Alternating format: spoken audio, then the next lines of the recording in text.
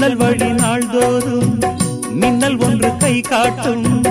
அம்மம்மா என்னைத்தான் ஆசைகளில் நீராட்டும். எனக்கும் உனக்கும் இருக்கும் நெருக்கம்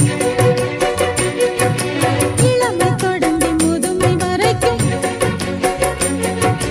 இரவும் பகலும் உறவை வளர்க்கும், இடையில் இருக்கும் தடையை தகர்க்கும்.